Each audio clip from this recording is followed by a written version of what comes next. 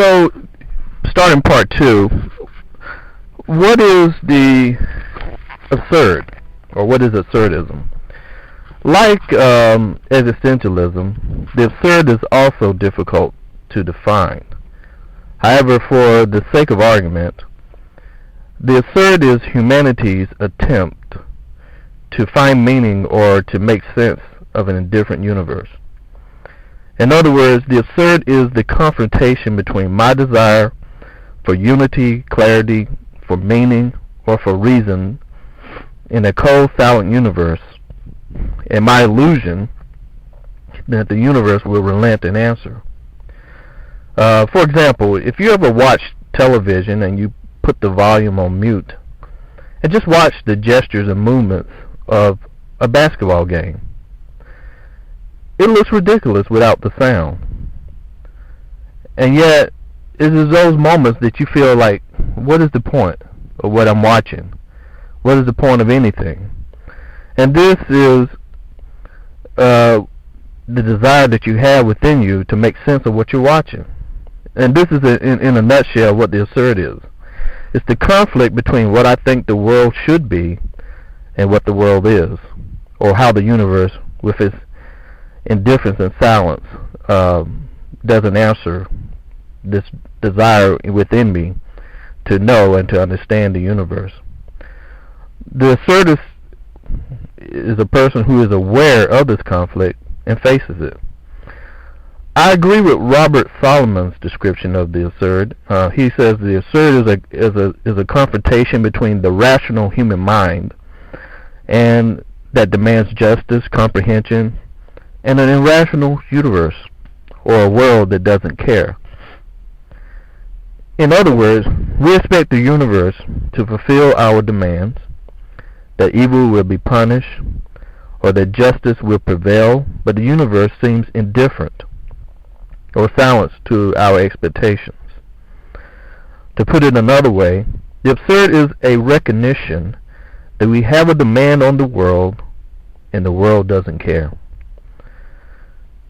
Moreover, the idea is that our life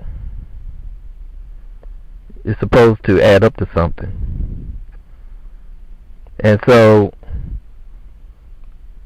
the book of Ecclesiastes informs us that it doesn't. For instance, if you read Ecclesiastes 1, verses 2 and 3, it says, "Vanities of vanities, saith the preacher. Vanities of vanities, all is vanity. What profit hath a man for his labor, which he taketh under the sun?" In other words, we want the universe, we want things to amount to something, but they don't. The absurd is not existential nihilism, because nihilism allows for suicide, which I'll get into in a minute, while the absurdism doesn't. Camus focuses on our reaction to the absurd. If the absurd is true, that we want this life and everything around it to amount to something, but it don't, then Camus argues normally we respond to this confrontation either with a leap of faith, which is hope in a God or something that transcends the absurd, or suicide, which means we agree that the universe is absurd, but it's not worth living in.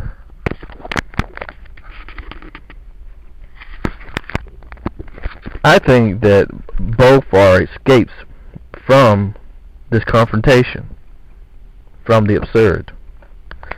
He offers a third approach of agreeing that the absurd exists and is true, but instead of running away from it, to face it by your revolt, which means that you don't try to escape your life and its struggles, your freedom, you are free to determine your own existence, and your passion. In other words, we seek for a variety of experiences in order to live life to the fullest. Camus demonstrates the absurd man by using 4 examples in the Mythosiphys. Don Juanism, or the seducer, which is a person who pursues the passion of the moment. The actor is a person who compresses the passions of 100 lives into a stage career.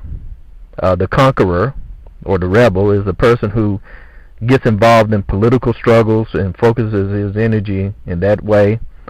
And the artist, who creates entire worlds and uses their imagination not to describe a philosophical point of view, but just to describe the world as they see it. All four ways are ways of illustrating how people face the absurd.